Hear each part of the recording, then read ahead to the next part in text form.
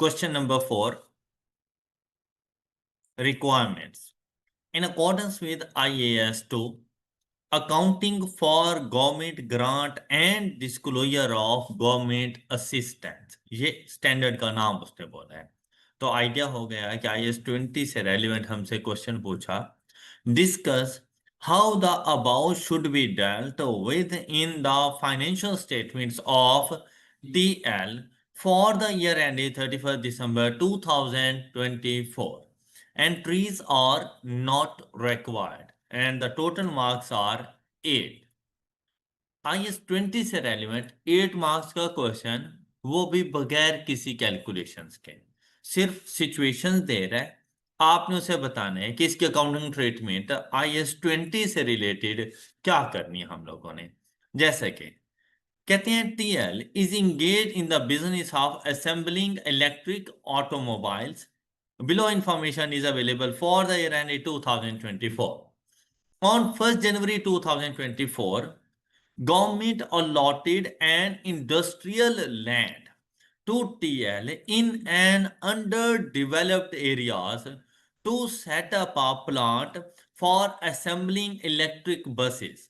The plant has a useful life of 10 years and became available for use on 1st October 2024.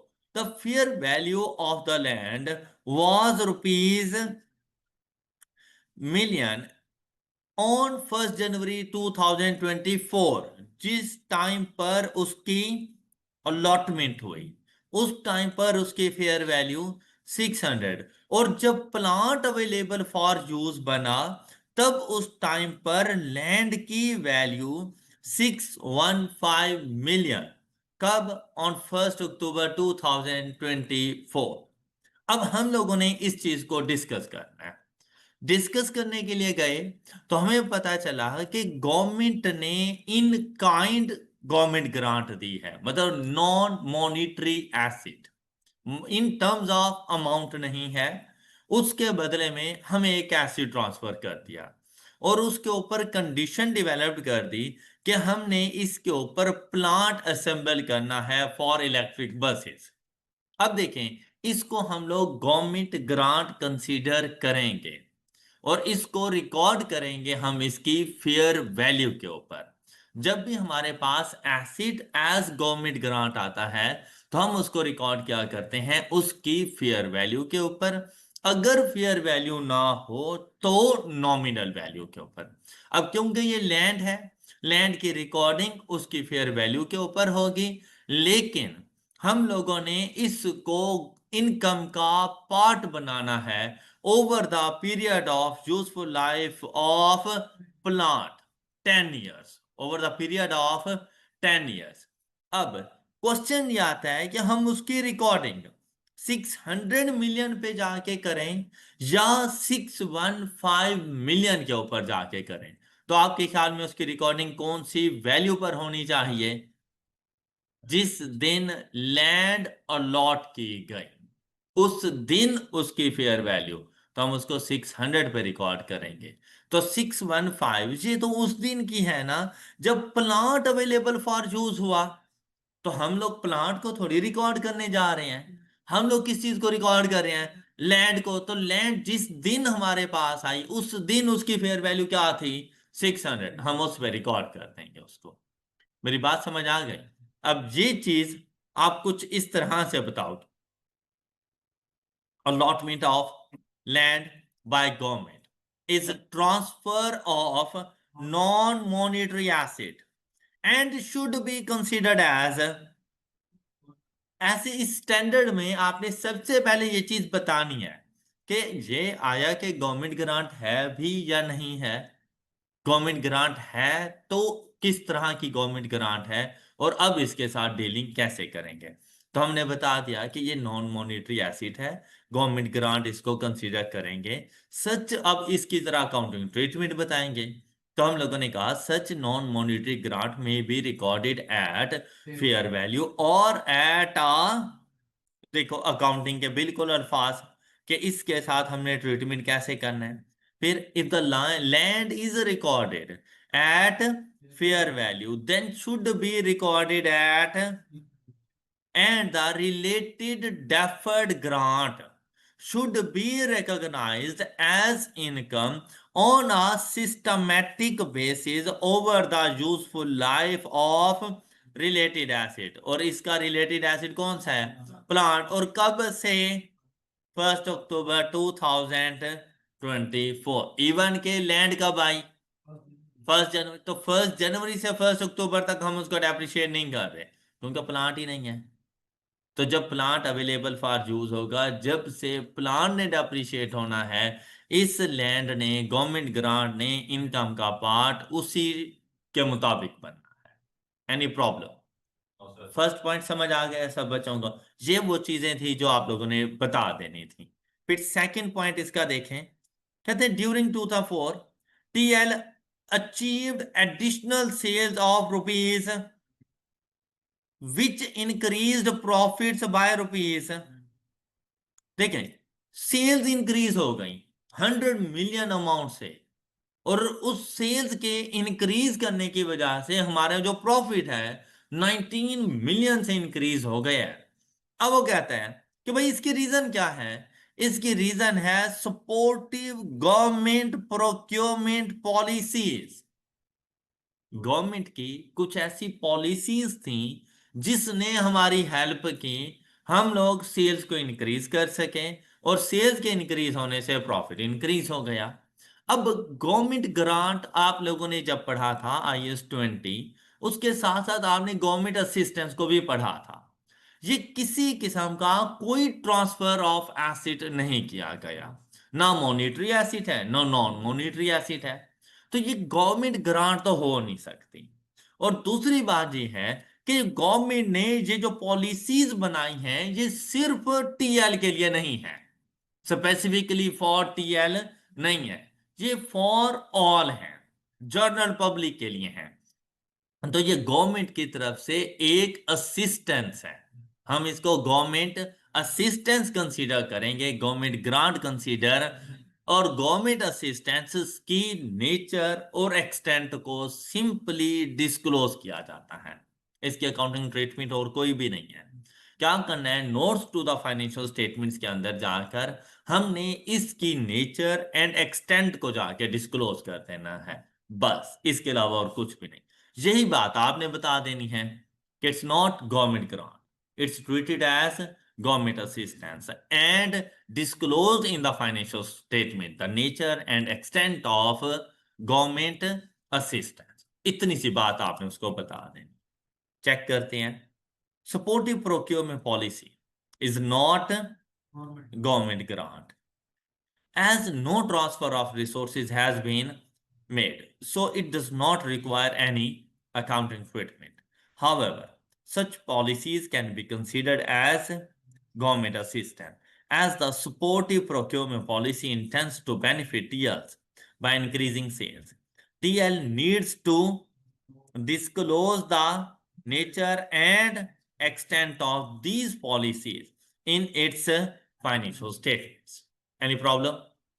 The next one and the last one is in 2024, due to violation of one of the conditions attached to a government grant received in 2021, जो government grant हम लोगों ने 2021 में receive की थी, 24 में हमने कोई वायलेशन कर दी, हम उसकी जो कंडीशंस थी उसके साथ हम उसको फुलफिल नहीं कर सके।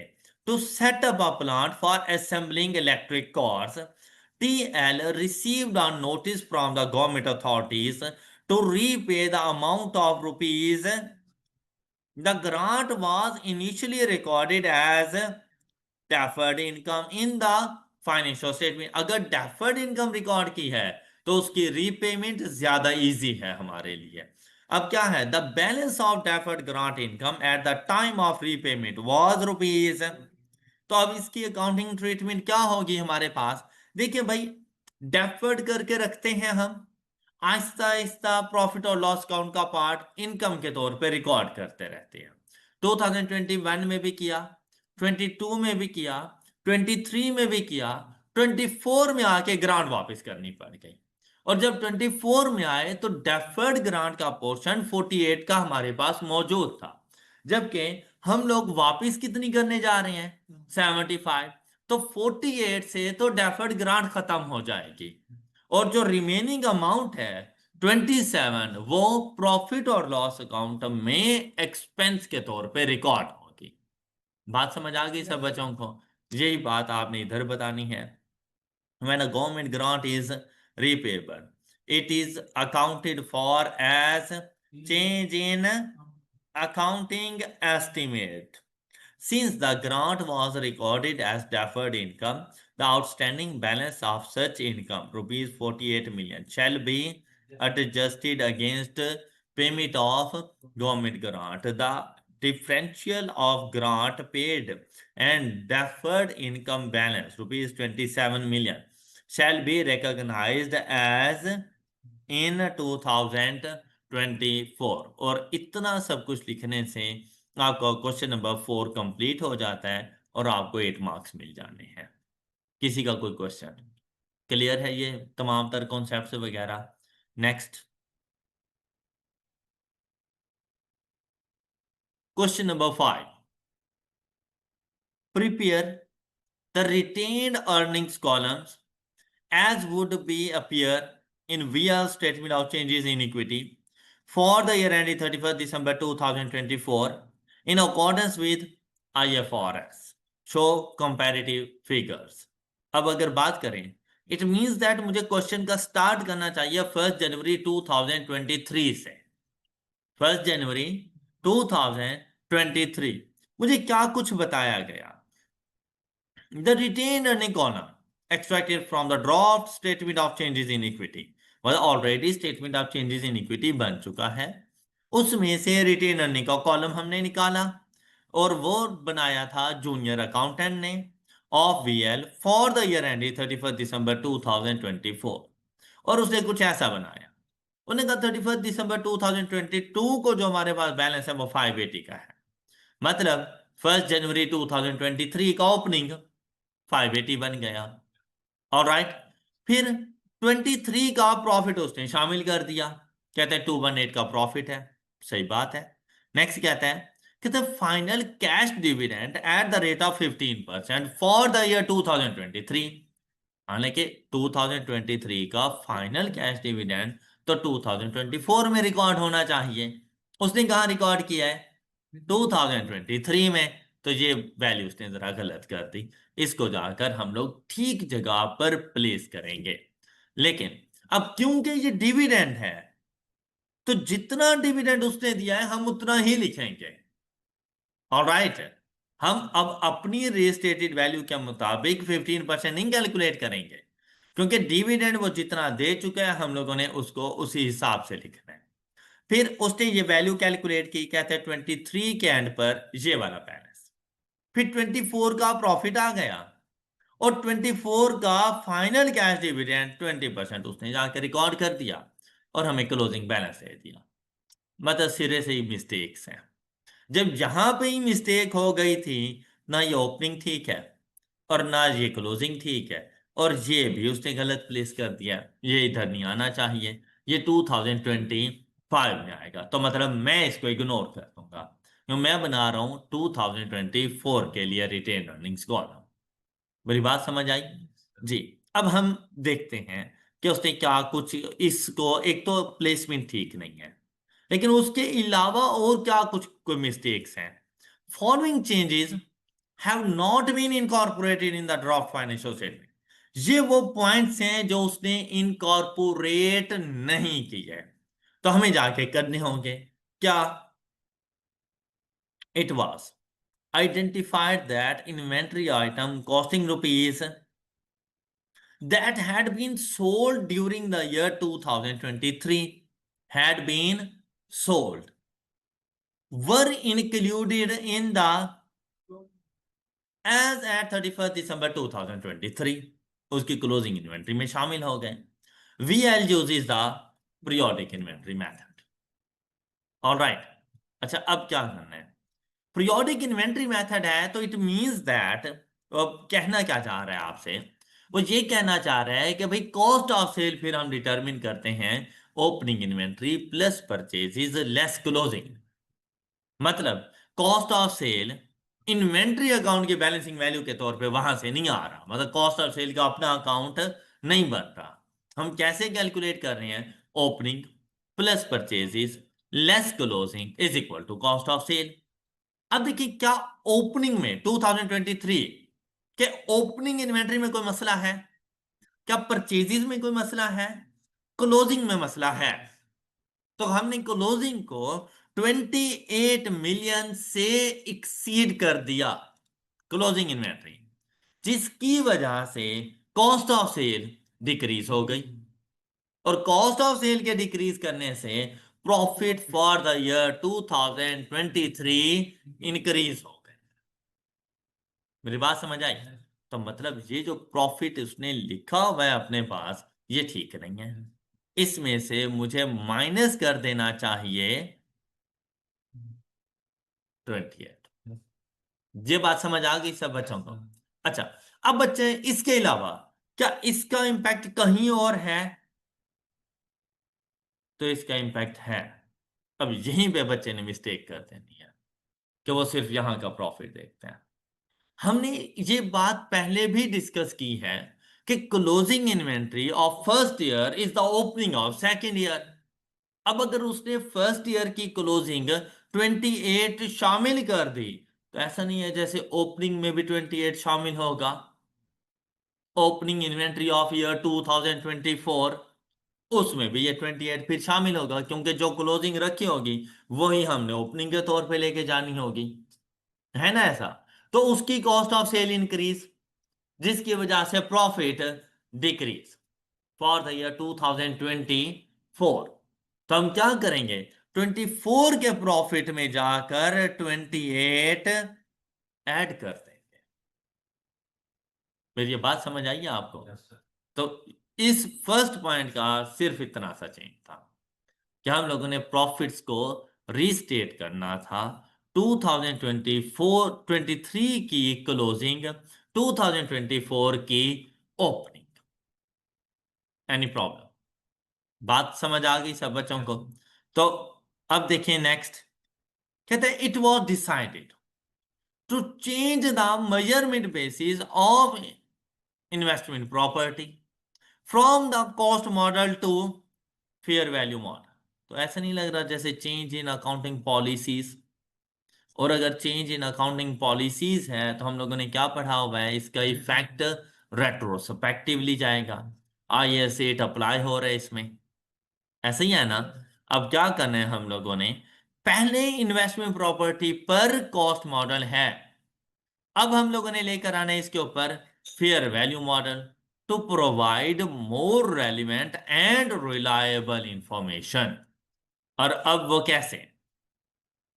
कहते हैं the only investment property owned by VL is a building purchased on 1st April 2021 at a cost of rupees 750 million, with 30% of the cost allocated to the land element. Depreciation has been charged at 5% per annum under the reducing balance method and is included in the above draft financial statements. Fair value of the investment property at the end of year 2021 to 2024 amounting to rupees this millions respectively. All right. अब हमने इस question का बनाना था solution, तो हम लोग अपने पास इसका सॉल्यूशन बनाते हैं कुछ इस तरह से। Question number 5, VL statement of changes in equity for the year ended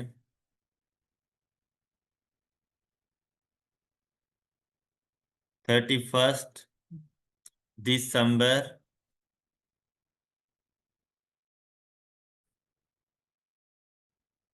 2000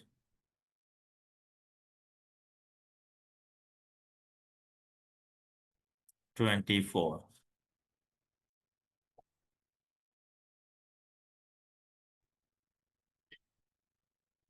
हाँ जी।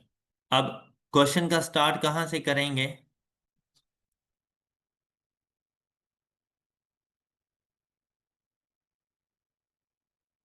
बैलेंस एज एट 1 जनवरी 23। हाँ जी, 1 जनवरी 23 को क्या बैलेंस होगा? 580। आपने यहाँ पे 580 लिखना है। जैसा बैलेंस गिवन है, इवन के अब इसमें चेंजेस है, तो वो चेंजेस तो ड्यू टू IS 8 है ना, वो चेंजेस आप पहले इधर बताओगे। ओके, आप यहाँ पे बताओ IS 8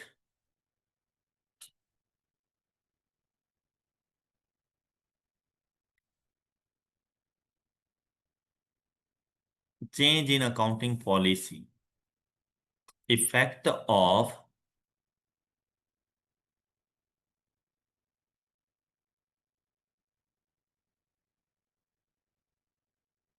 चेंज इन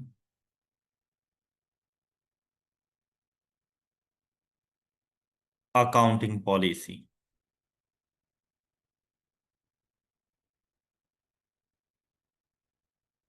इसके लिए वर्किंग 1। तो जितना भी इस ओपनिंग पर due to change in accounting policy effect होगा, वो सारे का सारा हमने इधर ही क्यूमुलेटिव इफेक्ट लिख देना है। बात समझ आई? अच्छा, फिर हमारे पास ये रीस्टेटेड बैलेंस आ जाएगा। प्रॉपर इसका मेथड है रीस्टेटेड बैलेंस एज एट 1 जनवरी 23। अच्छा, उसके बाद इसमें क्या होगा? सिंपली ये देखो, मैं 2023 में हूं, तो इसमें 2022 का फाइनल कैश डिविडेंड या 23 का इंटरिम आ सकता है। ऐसा ही है ना? 22 का फाइनल और 23 का इंटरिम। 22 का फाइनल है नहीं, और 23 का इंटरिम भी नहीं है, तो यहां पर किसी किस्म का कोई कैश डिविडेंड नहीं आने वाला। सिंपली इसमें क्या आ जाएगा? Profit for the year.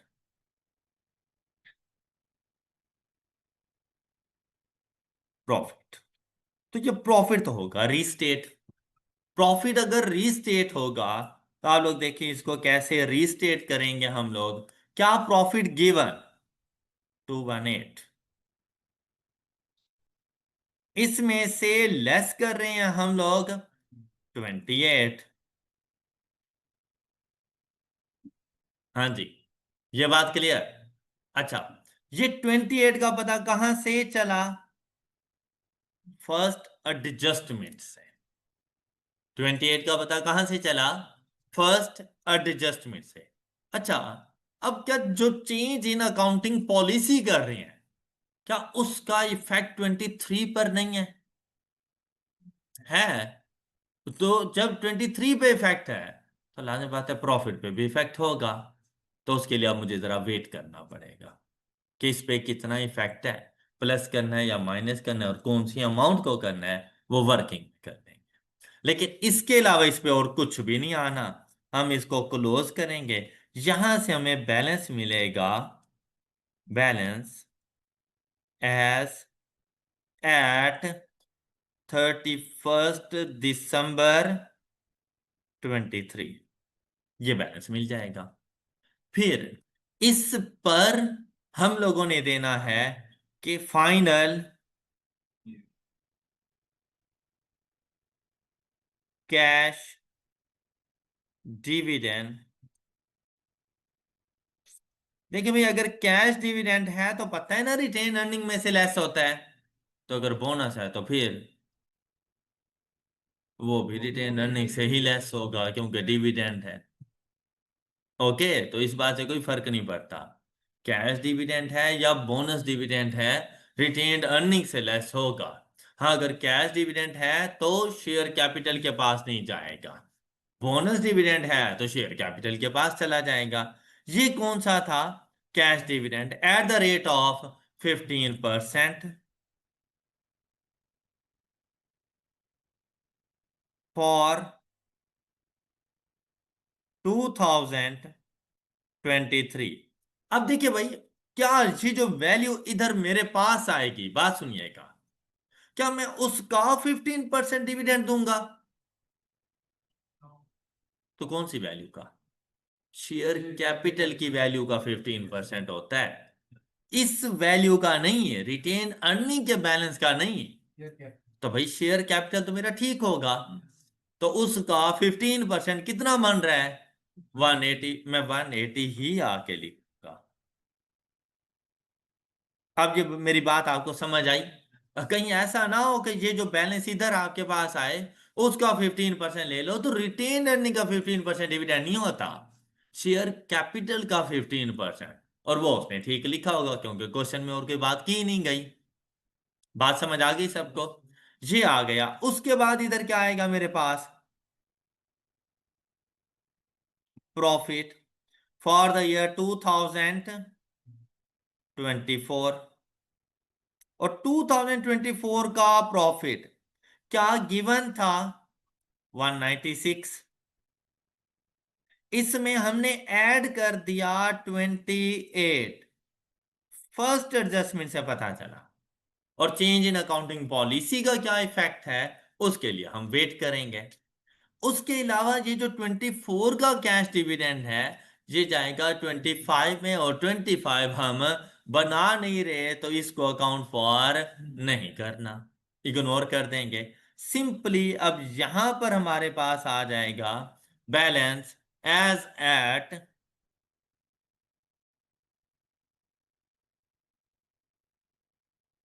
31 December 2024। और ये क्वेश्चन कंप्लीट। ओके, हो गई बात? अच्छा, अब क्या चीज रहती है, हम लोगों ने देखना है कि भाई फर्स्ट एडजस्टमेंट तो मैं अकाउंट फॉर कर चुका हूं, हो गई ना? अब देखते हैं इसको। इन्वेस्टमेंट प्रॉपर्टी कब से आई? 2021 से। और 2024 तक उस पे कॉस्ट मॉडल अप्लाई हुआ। M I right? अच्छा, फिर देखो, हम इसको लेके चलेंगे वर्किंग में। Working one, effect on profit. Effect on profit. Year 21, 2022, 2023, 2024 किस चीज का इफेक्ट आया? कॉस्ट मॉडल था तो मैंने डेप्रिशिएट किया है। कॉस्ट मॉडल था तो मैंने डेप्रिशिएट किया। जब मैंने डेप्रिशिएट किया तो डेप्रिसिएशन एक्सपेंस चार्ज है हर साल में, उसका रिवर्सल, उसका। तो फिर डेप्रिसिएशन एक्सपेंस की वजह से मेरा प्रॉफिट इंक्रीज हो जाएगा, ये वैल्यूज ऐड हो जाएंगी। इफेक्ट ऑन प्रॉफिट देख रहा हूं ना, तो प्रॉफिट में इंक्रीज कर देंगे कि ये डेप्रिसिएशन हमें चार्ज नहीं करनी चाहिए थी। तो हमने डेप्रिसिएशन चार्ज कितनी की, अब वो हम लोग कैलकुलेट करेंगे। तो वो कितनी चार्ज की? टोटल इन्वेस्टमेंट प्रॉपर्टी की वैल्यू कितनी? इसका 30%। क्या चीज है? लैंड। इसका 30% लैंड। 750 का 30%, विच इज इक्वल टू 225। वो मेरे पास लैंड है जिसने डेप्रिशिएट नहीं। ऑल राइट, रिमेनिंग 750 में से 225 माइनस कर दो, 525। 525 ने डेप्रिशिएट होना है। और किस तरह? 5% पर एनम यूजिंग, तो 525 मल्टीप्लाइड बाय 5%, 525 मल्टीप्लाइड बाय 5%। अब बात हो रही है ये 2021 की, कब से आया ये? तो भाई सिर्फ 525 का 5% नहीं लेना, मल्टीप्लाइड बाय 9/12, तो डेप्रिसिएशन एक्सपेंस आ जाएगा 19.69 कर लेते हैं, 19 पॉइंट, किसी को एतराज? सब clear? Using reducing balance method.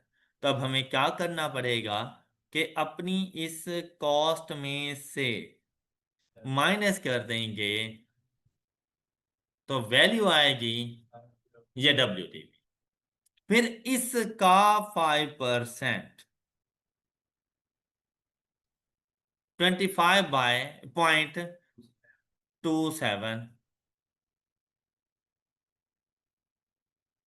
Clear? अच्छा जी, फिर ये वैल्यू क्या बन रही थी? 505.31 माइनस 25.27, वैल्यू 480.04, इसका 5% 24। अब क्या वैल्यू आई थी? 480 माइनस 24, 456.04 मल्टीप्लाइड बाय 5%, वैल्यू 22.8। हर साल की फाइनेंशियल स्टेटमेंट्स में ये डेप्रिसिएशन एक्सपेंस है जो हमने चार्ज किया हुआ है।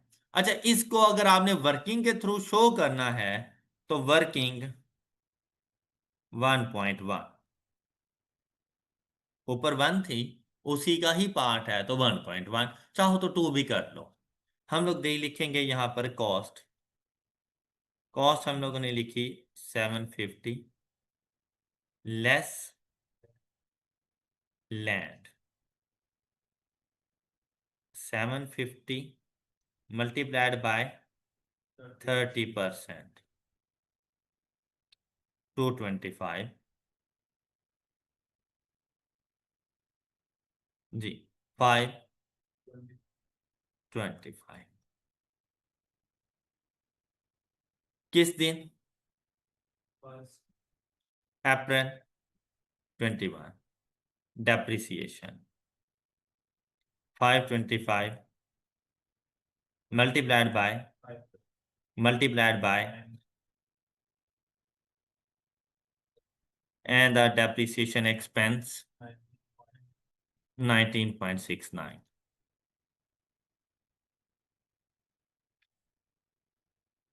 505.31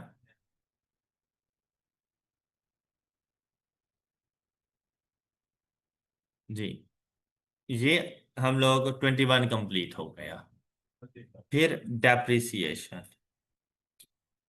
मतलब ये जो वैल्यू है ये 31 दिसंबर 21, तो 31 दिसंबर 22 डेप्रिशिएट करेंगे at the rate of 5%, which is equal to 25.27,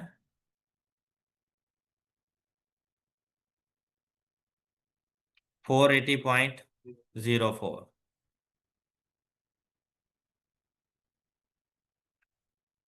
then depreciation at the rate of 31 दिसंबर 23, इसका 5% चार्ज किया तो 24,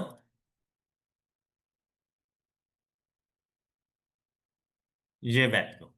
अब यहां पर देखो, हम लोग 456.04, फिर डेप्रिशिएट करेंगे।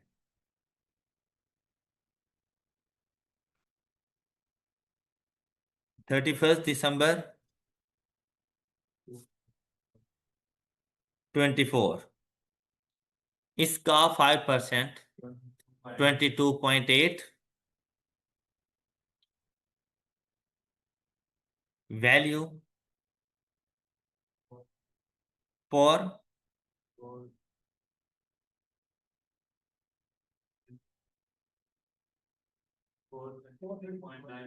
430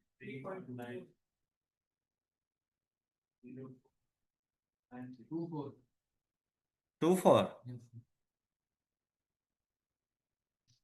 ये है WTV। किसी स्टूडेंट को कोई इशू, लेकिन इसमें अभी तक लैंड शामिल नहीं है 433 में। अगर लैंड शामिल करें तो वो आप लोग 225 मजीद इसमें ऐड कर दो हर साल के WTV के अंदर, तो आपके पास इन्वेस्टमेंट प्रॉपर्टी की WTV आ जाएगी। किसी को डाउट? अच्छा, होना क्या चाहिए? होना कुछ इस तरह से चाहिए कि फेयर वैल्यू पे रिकॉर्ड करेंगे। और फेयर वैल्यू क्या है? Different different fair values given है, पूरी इन्वेस्टमेंट प्रॉपर्टी की फेयर वैल्यूज। इनिशियल वैल्यू कितनी थी? 750। अब यहां पे बात करेंगे इनिशियल वैल्यू कब? 1 अप्रैल 2021। तो जब गए 31 दिसंबर 2021 पर, तो उसकी वैल्यू क्या हो गई? 770। तो उसकी वैल्यू क्या हो गई? यहां पर 20 का revaluation gain, sorry, fair value gain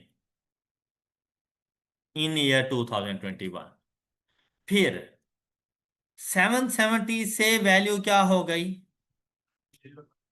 805। 35 fair value gain.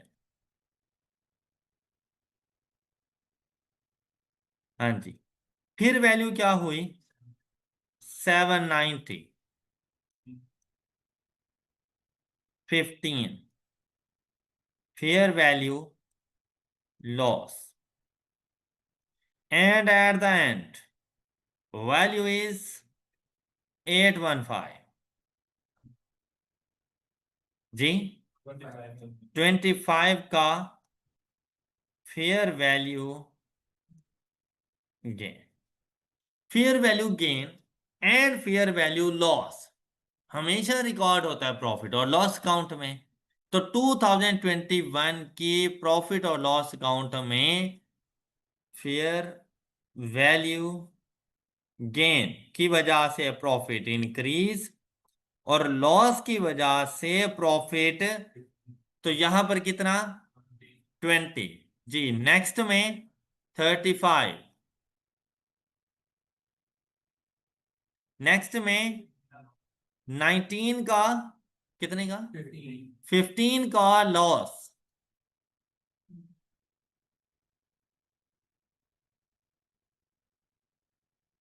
And 24 में कितना?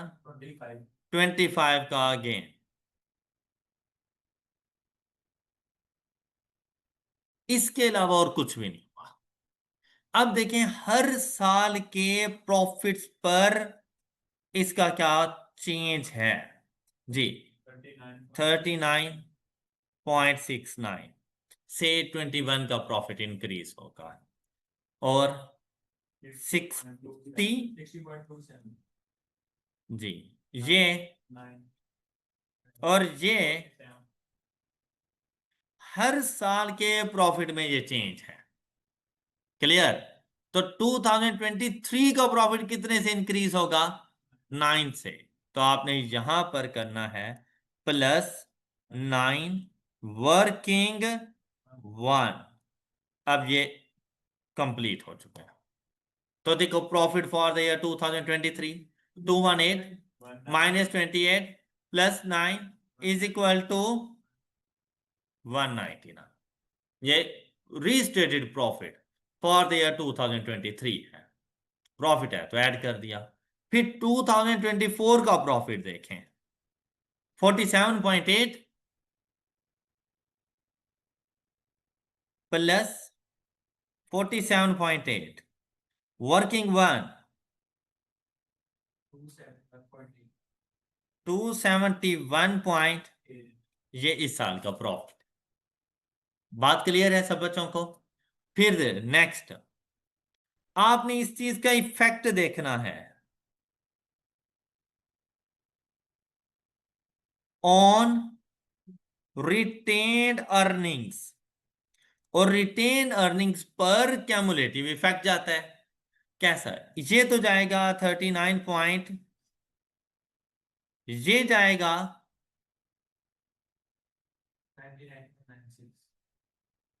100। ओके, अच्छा ये, हाँ जी, और ये 156.7। बात क्लियर हो गई? अच्छा, अब यहां से जो मैंने इफेक्ट देखना है ना, वो 23 का ओपनिंग या 22 का एंड।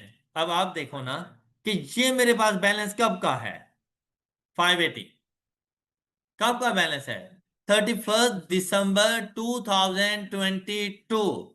तो 31 दिसंबर 2022 हमें क्या कहता है कि रिटेन्ड अर्निंग्स में 100 ऐड कर दो। आपने इसको ऐसे ही करना है, और यहां से आना है 100 लिख देना है, और वर्किंग वन का रेफरेंस। तो रीस्टेटेड रिटेन अर्निंग्स कितनी बन जाएंगे, 680। 680 प्लस 199, 879। 879 less 180 and plus 271.8, 970.8। ये हैं आप लोगों के पास रिटेन अर्निंग्स का कॉलम, और अब आप लोगों को मिल जाने थे इसके कंप्लीट 10 मार्क्स। ये बेसिकली अब statement of changes in equity, और आप लोगों के पास IAS 8 का क्वेश्चन हमने सॉल्व कर लिया है जी। किसी का कोई क्वेश्चन वगैरह? सब बच्चों को क्लियर हो गई बात? अच्छा बेटा, ये जो MCQs वगैरह हैं ये तो आप लोगों ने खुद से सॉल्व कर लिए होंगे। मैंने आप लोगों से कहा था, मेरा नहीं ख्याल कि किसी को कोई इशू होने वाला है। और मैंने आपको सजेस्ट किया था कि आप लोगों ने ये MCQs वगैरह लास्ट 5 to 6 अटेम्प्ट्स के MCQs आप लोगों ने जरूर सॉल्व करके जाना है। Any problem? किसी का कोई क्वेश्चन? स्प्रिंग 2025 का जो पेपर है वो हम लोग कंप्लीट कर चुके हैं। अब हम लोग ऑटम 2024 के पेपर को डिस्कस करें। और उस समय आप लोग देखें, अभी तक जो टॉपिक हमारा रहता है वो है कैश फ्लो स्टेटमेंट। और 2024 में, 2000 स्प्रिंग 25 में देखें तो कैश फ्लो स्टेटमेंट का एक छोटा सा थ्योरेटिकल सा क्वेश्चन था।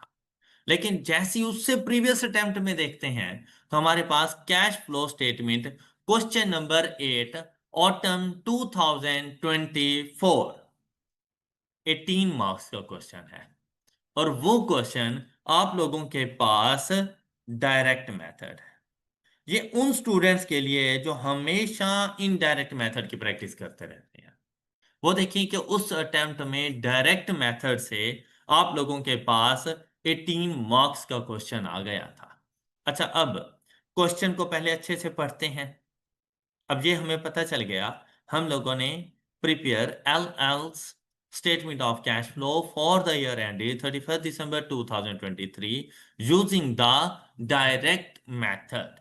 अब हम लोगों ने अपने पास क्या करना है, क्वेश्चन नंबर 88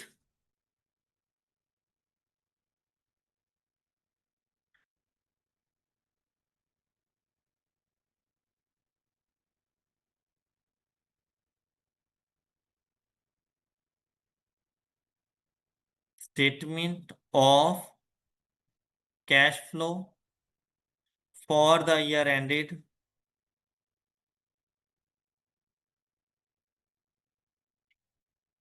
31 दिसंबर, ऐसे ही है ना, एंड 2023।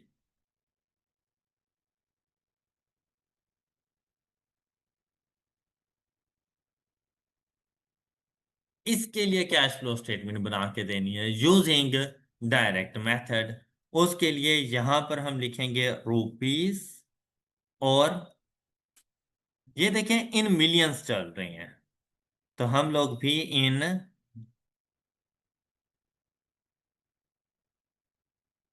बस ये इतना कर लेना है। उसके बाद क्वेश्चन पढ़ लो पहले। कहते हैं draw financial statements of L और presented below statement of financial position and statement of profit और loss. Statement of financial position की बात करें, प्रॉपर्टी प्लांट इक्विपमेंट, उनके accumulated appreciation, investment property, inventories, trade receivables, allowance for doubtful debts, मतलब net off करके नहीं बता रहा, अलग से बता रहे हैं। प्रीपेमेंट्स हैं, cash and bank balances, share capital, share premium, retained earnings, long term loans, trade payables, accrued expenses, accrued interest, bank overdraft. और स्टेटमेंट ऑफ प्रॉफिट और लॉस में sales, cost of sales, gross profit, selling admin expenses, other income, financial charges and net profit. Additional information: 10 million shares were issued in consideration for purchase of having fair value of rupees, मतलब ये 10 million number of shares हम लोगों ने issue किए, और ये 10 million number of shares हम लोगों ने 150 मिलियन के इशू किए हैं। और इसके अगेंस्ट हम लोगों ने कैश नहीं रिसीव किया, इसके अगेंस्ट हम लोगों ने अपना एक non current asset machinery purchase कर ली है। तो अब परचेज ऑफ मशीनरी हमारे पास हमारी इन्वेस्टिंग एक्टिविटीज का पार्ट नहीं बनेगा, और ये 10 मिलियन का 150 हमारी फाइनेंसिंग एक्टिविटीज का पार्ट भी नहीं बनेगा, क्योंकि किसी किस्म का कोई कैश का इन या आउटफ्लो नहीं हुआ। Got it? Next one, equipment with a cost of rupees 35 million and accumulated appreciation of rupees 21 million was sold at a gain of rupees 5 million. Fair value model was applied for subsequent measurement of investment property, मतलब cost model नहीं है। फिर कहते हैं during the year fair value of the investment property was decreased by rupees and rent amounting to rupees was received from the investment property. Bad debts amounting to rupees 36 million were written off, while bad debts previously written off amounting to rupees were, और आपका question है। वैसे question में कोई बहुत ज्यादा technical points वगैरह नहीं है, सिंपल सा क्वेश्चन है आप लोगों के पास, और आप लोगों ने डायरेक्ट मेथड यूज करते हुए स्टेटमेंट ऑफ कैश फ्लो बनानी है। Means that start from profit नहीं होने वाला।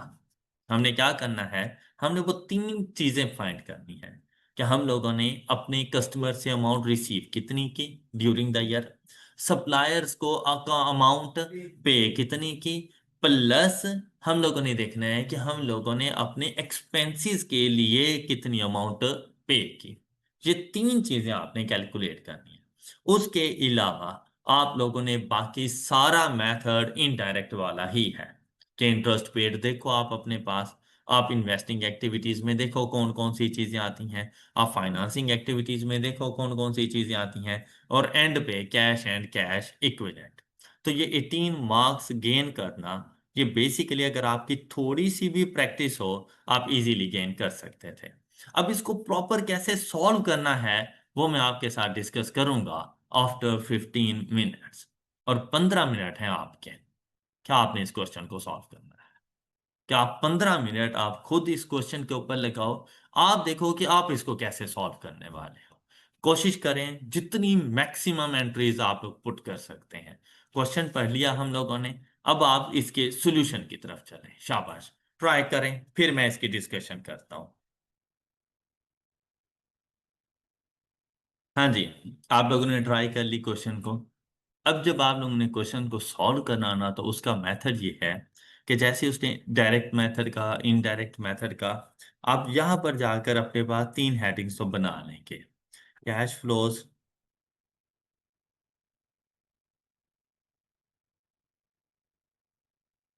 From operating activities.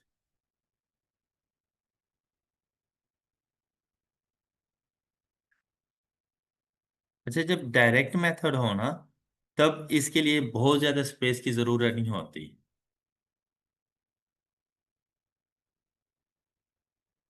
Maximum 5 to 7 lines enough होती हैं। उसके बाद आ जाएंगे हम लोग cash flows from investing activities.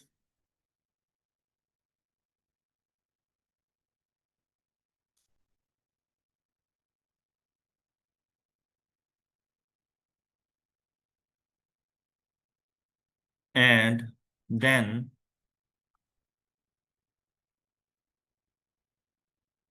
Cash flows from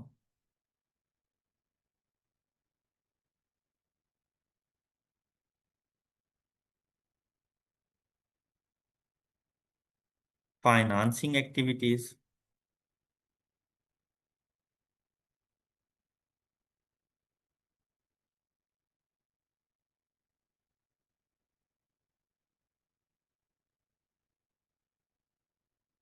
cash flows from financing activities.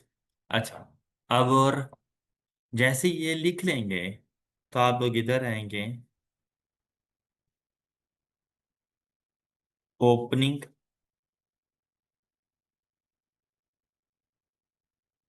Cash and cash equivalent,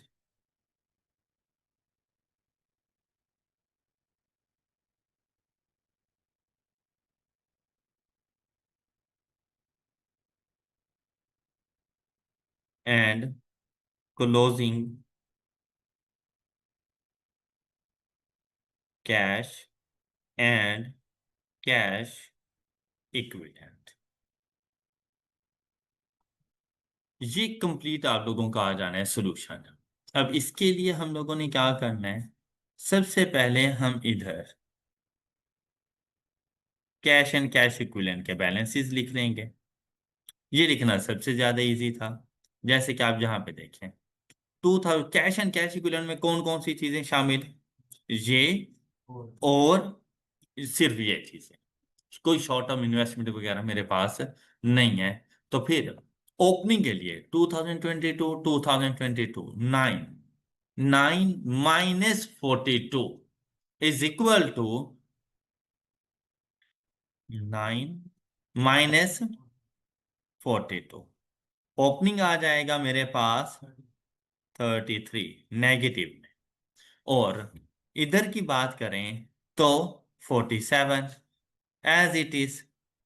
तो इसकी बैलेंसिंग वैल्यू, ये टोटल कैश इनफ्लो है आप लोगों का during the period. Cash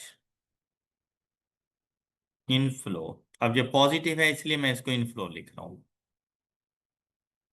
during the period.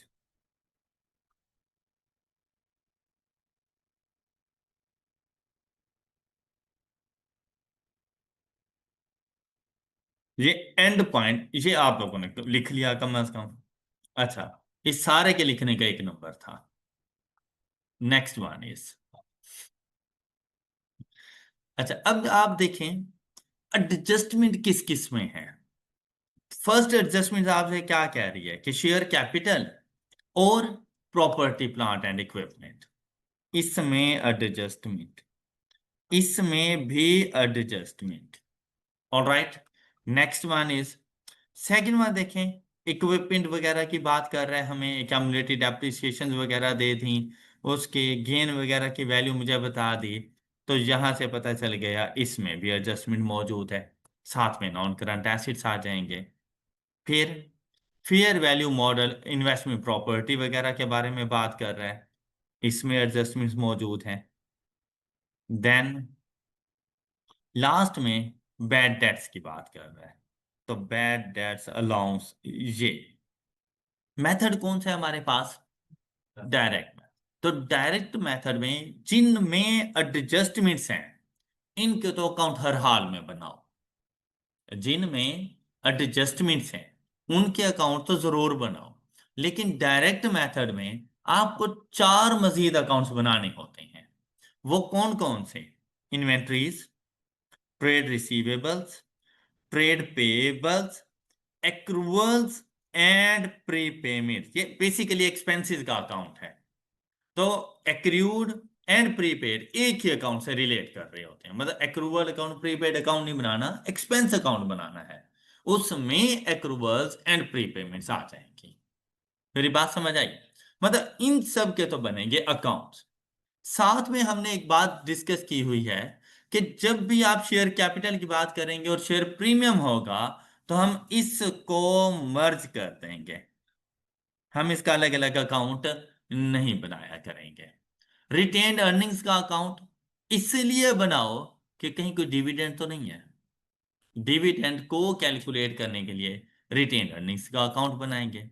अब अगर आपने अपने क्वेश्चन को बहुत अच्छे तरीके से सॉल्व करना है और आप 18 मार्क्स को कंफर्म करना चाहते हो, तो आप इन सब के अपने पास अकाउंट ओपन कर लो। वैसे तो प्लस माइनस करने से आ जाएंगी वैल्यूज, लेकिन 18 मार्क्स ज्यादा इंपॉर्टेंट हैं। कि अगर आप लोगों ने थोड़ी सी भी मिस्टेक कर दी, आप 18 मार्क्स से दूर दूर हो जाओगे। तो आपके वो 18 मार्क्स ज्यादा इंपॉर्टेंट है। अब मैं क्या करूंगा, मैं जाऊंगा वर्किंग नोट्स के पास, जहां पे ये क्वेश्चन खत्म हुआ से अगला पेज। ये आ गई मेरी वर्क। यहां पर मैं अपने पास अकाउंट्स बना लूंगा, जो जो अकाउंट्स मुझे चाहिए होंगे, सीक्वेंस के साथ मैं वो अपने पास अकाउंट्स मेंटेन करता जाऊंगा। और अब अगर मैं बैलेंस शीट के सीक्वेंस के साथ चलूं, तो वो ज्यादा अच्छी बात होगी। ये मेरे पास आ गया मेरा पहला अकाउंट।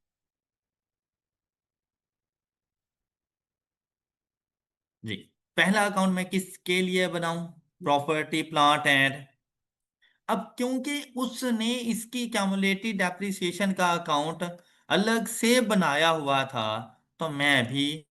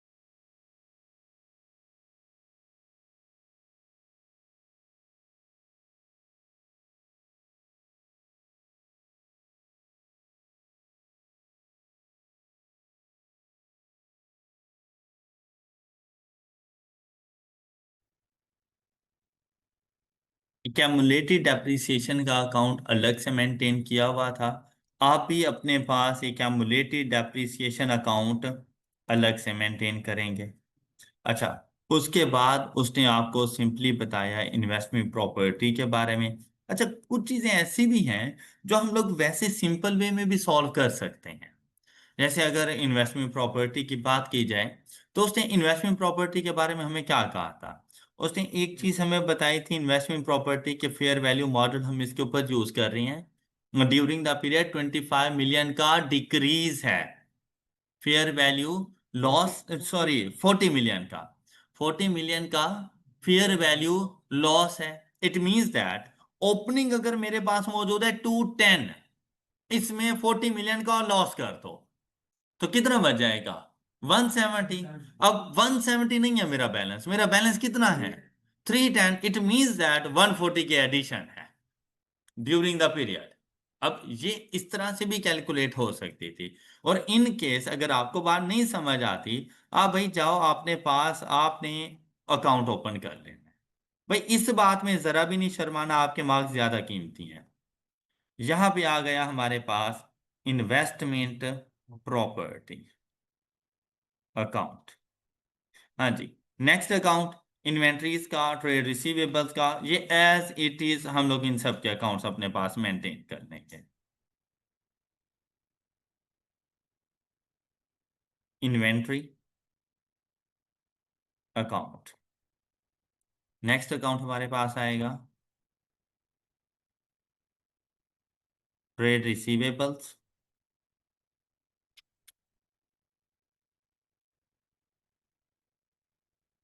नेक्स्ट अकाउंट, अच्छा ये अब वर्किंग है, इसमें आप लोग जरा एब्रीविएशंस वगैरह यूज कर सकते हो अपना टाइम सेव करने के लिए, कि मुकम्मल अकाउंट नेम ना लिखो।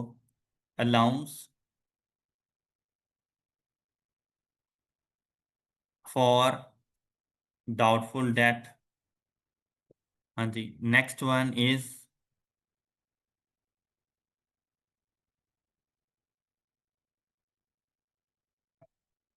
अलाउंस फॉर डाउटफुल डेट के बाद प्री पेमेंट्स, तो बेसिकली ये एक्सपेंसेस अकाउंट, एक्सपेंस अकाउंट बना लेना, प्री पेमेंट्स वगैरह इसी में आ जाएंगी। नेक्स्ट आपके पास कैश एंड कैश इक्विवेलेंट का तो अकाउंट बनाने की जरूरत नहीं है। यहां पर आप लोग अपने पास बना लोगे share capital and share premium account. अगला अकाउंट रिटेन्ड अर्निंग्स। इवन के कोई एडजस्टमेंट वगैरह ना बताए तो एक मतलब रिटेन अर्निंग का अकाउंट बना के डिविडेंड पेड आप लोगों ने यहां से चेक करना है कि डिविडेंड अनाउंस हुआ या नहीं हुआ। अक्सर क्वेश्चन में इसकी इंफॉर्मेशन नहीं होती, तो रिटेन अर्निंग के अकाउंट से हमें पता चलता है। अच्छा, उसके बाद अगर आप लोग देखें तो क्या लॉन्ग टर्म लोन के बारे में किसी किस्म की उसने क्वेश्चन में कोई बात की? तो सिंपल सी बात है, 150 ओपनिंग था, 220 हो गया क्लोजिंग, तो 70 का लोन ऑब्टेन किया हम लोगों ने। तो इसका अलग से अब अकाउंट ना बनाना, ये सिंपली जाकर अपने पास लोन का ऑब्टेन करना कौन सी एक्टिविटीज का पार्ट बनता है हमारे पास? Financing activities, loan obtain.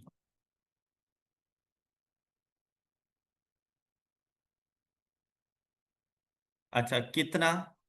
220 minus 150 is equal to, यहां पे 70 लिख दो बस। ये लोन वाली बात हो गई।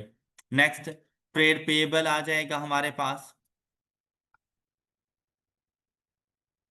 यहां पर अकाउंट बना लिया ट्रेड पेएबल। अच्छा नेक्स्ट वन इज ट्रेड पे एक्रूड एक्सपेंसेस, एक्सपेंसेस का पार्ट बन जाएगा और साथ में इंटरेस्ट का अकाउंट आ जाएगा।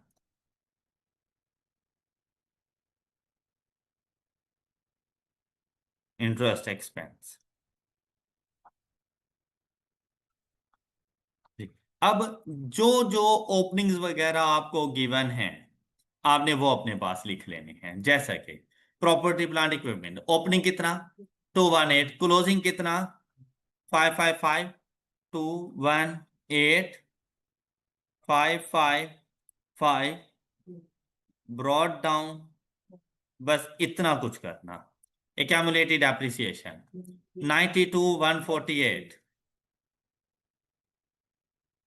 148। हाँ जी। अब ये जरा मुझे वैल्यूज लिखवाते जाइएगा। Investment property opening 148।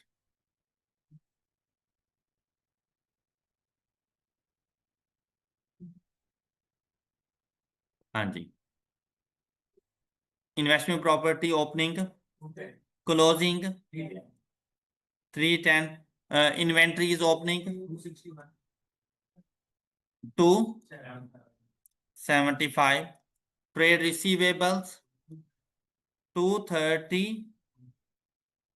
255। अलाउंस जी 17 जी। एक्सपेंसेस ये जो प्रीपेड आए थे प्री पेमेंट्स, उनका ओपनिंग, क्लोजिंग, हाँ जी, share capital and share premium, ये जरा मर्ज करके बता देना। 460 एंड 801। हाँ जी, बिल्कुल सही। रिटेन अर्निंग्स के बारे में बताएं। 90, अच्छा, 90 एंड 130, ठीक है। नेक्स्ट पेएबल्स 150, 60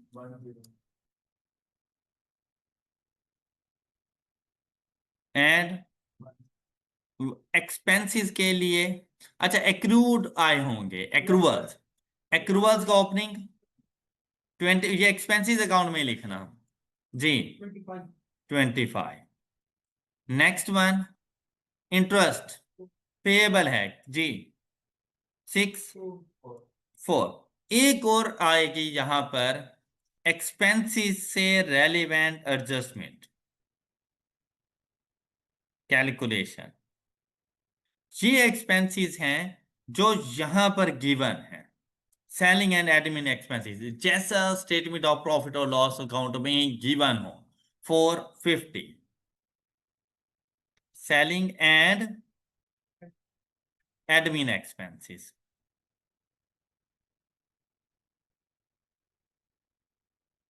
कितने, 450। ये एक्सपेंसेस जो हम लोग प्रॉफिट और लॉस अकाउंट को चार्ज कर चुके हैं, हम इनको एडजस्ट करेंगे, इनमें से नॉन कैश एक्सपेंसेस डिडक्ट करेंगे, और जो रिमेनिंग एक्सपेंसेस होंगे वो एक्सपेंस अकाउंट में लेकर जाएंगे। अब उसकी एडजस्टमेंट हम करते रहेंगे। अब इधर वापसी आ जाए वर्किंग पर। अब देखें, पहली पहली एडजस्टमेंट आपको क्या बताई गई कि 150 मिलियन आप लोगों ने अपने प्रॉपर्टी प्लांट एंड इक्विपमेंट को डेबिट कर देना है, और शेयर कैपिटल को क्रेडिट कर दिया। यहां पर आए 150 अगेंस्ट कैपिटल एंड शेयर, और share capital and share premium account credit हो जाएगा bye 150 against PPE.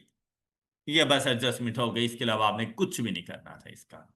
Next one is, कहते हैं equipment with a cost of ₹35, accumulated depreciation 21, sold at a gain of ₹5। अब इस गेन के लिए हम अगर इनडायरेक्ट मेथड पे होते तो इस गेन का रिवर्सल रिकॉर्ड करते।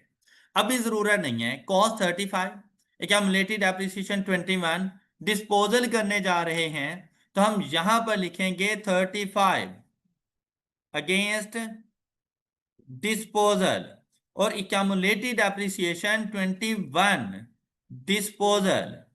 अच्छा, यहां पे आप खुद से कैलकुलेशन कर लो, तो आपके एसिड की डब्ल्यूडीवी कितनी, 14।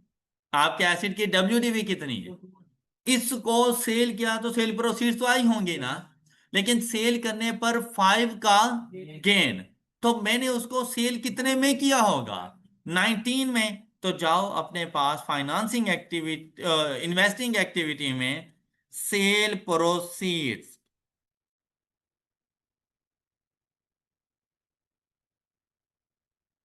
फ्रॉम डिस्पोजल ऑफ इक्विपमेंट, और वो वैल्यू कैसे आ जाएगी, 35 -21 +5। ये बात आपको समझ आ गई। द टोटल इज 19, ये जाके हमने लिख लिया। फिर नेक्स्ट एडजस्टमेंट देखें, फेयर वैल्यू मॉडल अप्लाई किया गया है इसके ऊपर, 40 मिलियन की फेयर वैल्यू लॉस। यहां पे आए investment property, fair value loss, कितने का लॉस है, तो प्रॉफिट और लॉस अकाउंट में भी तो गया होगा एक्सपेंसेस के तौर पर। तो ये जो मेरे एक्सपेंसेस हैं, इनमें फेयर वैल्यू लॉस शामिल है। क्या इस एक्सपेंस के लिए मैंने कोई पेमेंट की, नहीं, तो माइनस करो इसमें से। मेरी बात समझ आ गई सब बच्चों को? अच्छा, फिर नेक्स्ट देखो, प्रॉफिट और लॉस अकाउंट में अगर गौर करो तो 30 की अदर इनकम है। इस अदर इनकम में एक इनकम तो शामिल होगी, 5 रुपीज गेन। ओके, तो ये हम लोग सेल प्रोसीड के साथ मर्ज करके लिख चुके हैं। Am I right? बाकी क्या है, वो उसने क्या कहा, कहते हैं rent amounting to ₹25 million, investment income इसमें शामिल है 25 की, ये दोनों मिलकर 30 बना रहे हैं। अब ये जो 25 मिलियन है, ये हम लोग जाके रिकॉर्ड करते हैं जहां पर इन्वेस्टमेंट इनकम हो। इन्वेस्टमेंट इनकम कहां पे होती है? इन्वेस्टिंग एक्टिविटी में। तो इसके ऊपर आने वाली इन्वेस्टमेंट इनकम यहां पर रिकॉर्ड करेंगे 25। ये बात समझ आ गई? नेक्स्ट वन इज, अब देखिए, अब क्वेश्चन का सोल्यूशन जस्ट बनता जा रहा है। लास्ट देखो, bad debt amounting to ₹36। Bad debt हुए तो रिसीवेबल्स का अकाउंट बना रहे हो अपने पास, यहां पर आएंगे बैड डेट ऑफ ₹36, तो ये यहां पर आ गए रिसीवेबल्स। बात क्लियर? अच्छा, बात क्लियर सबको? नेक्स्ट वन उसने क्या कहा, कहते हैं कि 15 मिलियन रिकवर भी हुआ, तो अलाउंस अकाउंट की क्रेडिट साइड पर ये रिकवर हो गया। बात क्लियर? ये बेसिकली मैंने allowance for bad and doubtful debt account बना लिया है। मैंने सिर्फ अब इसको डाउटफुल डेट अकाउंट नहीं रखा, मैंने बैड डेट एक्सपेंस भी इसी में शामिल कर दी हैं। अगर होता नहीं ये सिर्फ डाउटफुल, तो मुझे ना बैड डेट एक्सपेंस अकाउंट अलग से बनाना पड़ता। तो मैंने क्या किया, उसको डाउटफुल डेट का पार्ट बना दिया। तो बैड डेट एक्सपेंस भी यहीं पे लिख दिया करें, और recovery from return of bad debt previously वो अभी आप लोग यहां पे लिख दिया करें। बात क्लियर? बात क्लियर? अच्छा, नेक्स्ट सुनिएगा। आगे एडजस्टमेंट्स हमारी खत्म हो गई, ऐसे ही है ना? अब सिलसिला चलना है क्लोजिंग का। जैसे ही क्लोजिंग करते जाएंगे हमें अकाउंट्स में वैल्यूज मिलती जाएंगी। जैसे कि अगर यहां पर देखें, यहां से क्लोजिंग करें तो आप लोगों को ये वैल्यू मिल गई 590, यहां से 590, बैलेंसिंग वैल्यू चेक करें। अब इसके बारे में कुछ नहीं बताया गया तो बैंक, तो मतलब एडिशन ऑफ पीपीई, फौरन से जाकर इसको लिखें। इन्वेस्टिंग एक्टिविटीज में परचेज ऑफ पीपीई।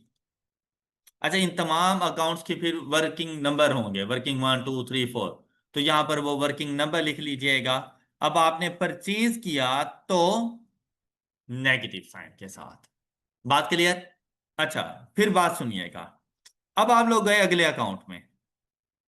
जब अगले अकाउंट में जाओगे तो भाई ड्यूरिंग द ईयर आप लोग यहां से डेप्रिसिएशन एक्सपेंस का पता चलेगा आपको, क्या आपने डेप्रिसिएशन एक्सपेंस कितना चार्ज किया। तो यहां से आपको वैल्यू मिली 169, यहां पर 169, 70 डेप्रिसिएशन एक्सपेंस। अब इसका ऊपर कैश फ्लो में कोई ताल्लुक नहीं है, लेकिन इन एक्सपेंसेस में से एक एक्सपेंस डेप्रिसिएशन एक्सपेंस है, जिसके लिए आपने पेमेंट नहीं की।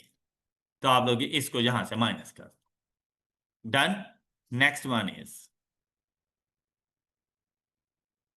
इन्वेस्टमेंट प्रॉपर्टी, यहां से 350, ये 350, बैलेंसिंग वैल्यू ये है एडिशन बैंक, ये जाके रिकॉर्ड करें। परचेज ऑफ या एडिशन इन इन्वेस्टमेंट पर प्रॉपर्टी कितना लेस कर देंगे। बात समझ आ गई सब बच्चों को? Next one, inventories.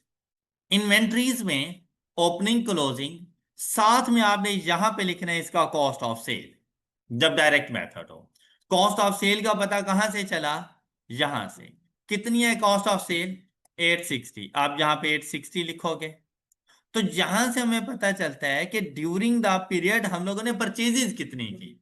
तो 860 प्लस 275 इज इक्वल टू 1135। इसमें से माइनस करते हैं 261,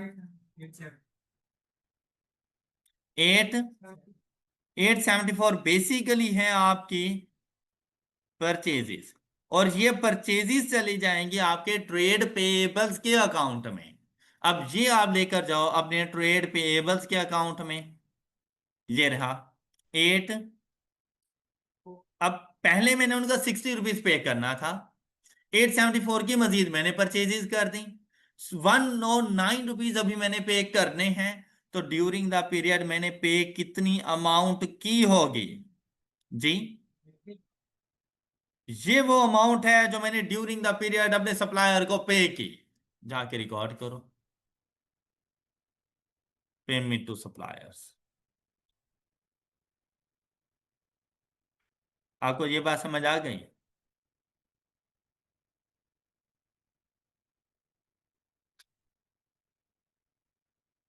8 पे किए तो नेगेटिव साइन के साथ आ जाएंगे। Next one. हाँ जी। अल्लाह, ये जो हमारे पास मौजूद है इन्वेंट्री अकाउंट कंप्लीट हो गया। रिसीवेबल, रिसीवेबल के अकाउंट में यहां पर आती है हमारे पास सेल्स। देखिए सेल्स हम लोगों ने कितनी की, अब उसने कुछ नहीं बताया कौन सी कैश और क्रेडिट, तो सारे के सारे इधर 14।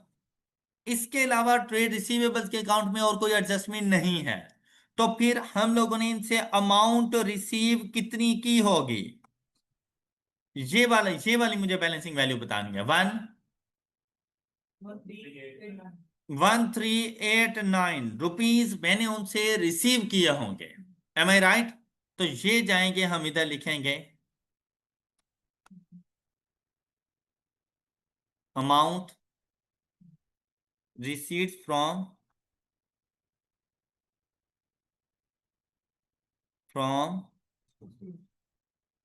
कस्टमर्स। अच्छा, यहां पे एक छोटी सी बच्चे ने मिस्टेक करनी होती है।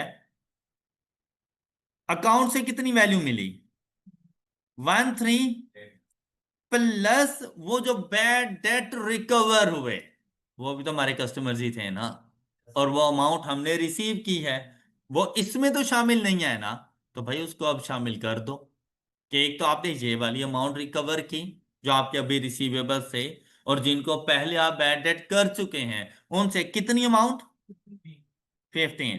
तो टोटल अमाउंट कितनी रिकवर की?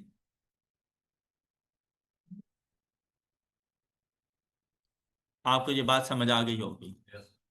अब मैं उम्मीद कर रहा हूं कि आप मुझे कैलकुलेशन ठीक से करके दे रही हैं जी। नेक्स्ट वन इज, अब अलाउंस के अकाउंट में आ जाएं।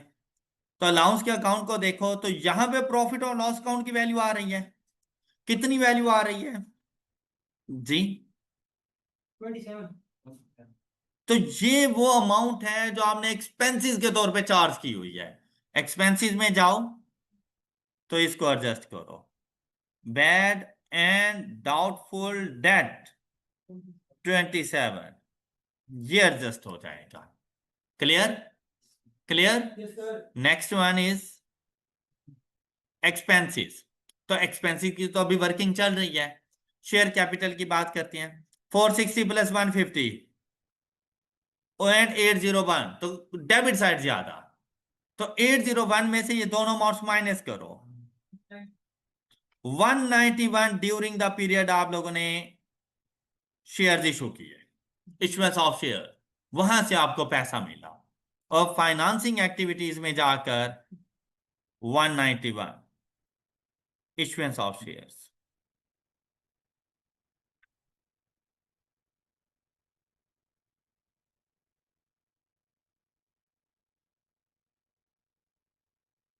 ऑल राइट जी। Next one, retained earnings. During the period आपके पास प्रॉफिट कितना आया, ये अगर 154 हम यहां पे रख दें तो देखें आपके पास कितना टोटल बन गया, जबकि आपने क्लोजिंग कितना बताया हुआ है, तो बाकी अमाउंट कहां चली गई, 114 डिविडेंड पे कर दिया। तो क्या बैलेंस शीट में आपको डिविडेंड पेएबल कोई नजर आया, तो मतलब जितना डिक्लेयर किया वो सारे का सारा पे कर दिया। डिविडेंड किसको पे किया, शेयर होल्डर्स को। तो शेयर होल्डर्स की अमाउंट्स कहां पे मौजूद होती है, तो यहां पे डिविडेंड पेड, डिविडेंड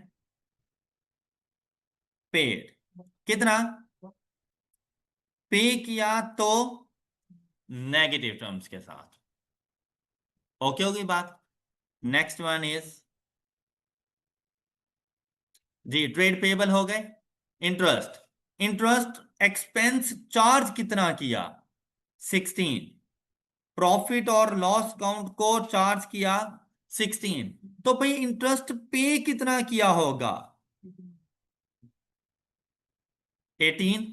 ये जाके अपने पास रिकॉर्ड करें, interest paid.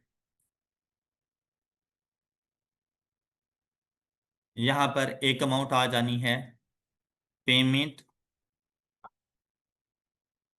For expenses,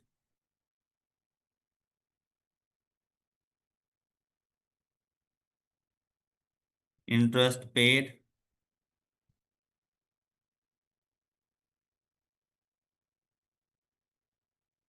is equal to 18। हाँ जी, यहां तक की सारी सिचुएशन सब बच्चों को ठीक से समझ आ गई।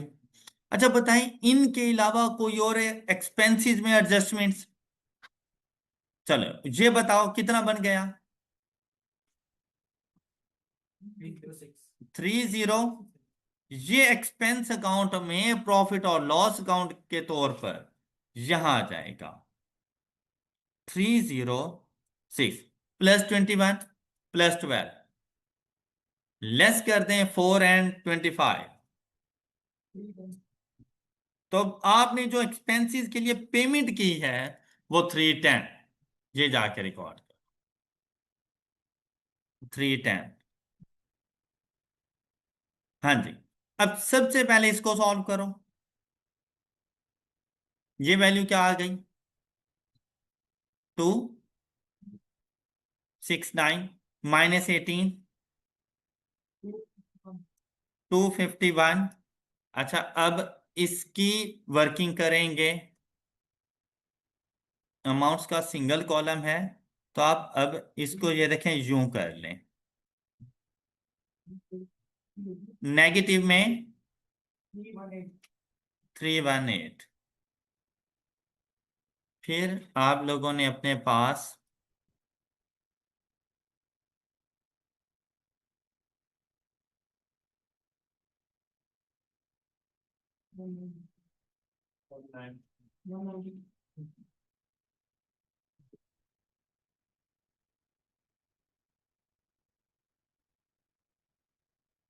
हाँ जी, इसको जरा सॉल्व करें।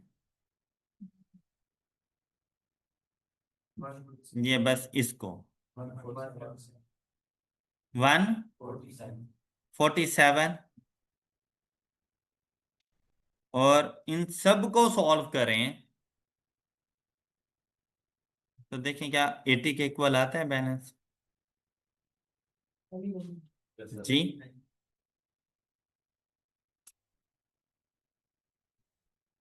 251 -318 +147, 80, और आपकी कैश फ्लो स्टेटमेंट कंप्लीट हो गई। ये था आप लोगों के पास क्वेश्चन नंबर 8 का प्रॉपर सॉल्यूशन, और ये है इसकी सारी वर्किंग।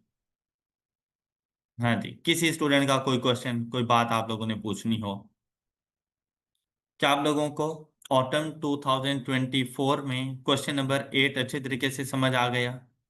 चलिए दैट्स ऑल फॉर टुडे, अपना ख्याल रखिए, अल्लाह हाफिज।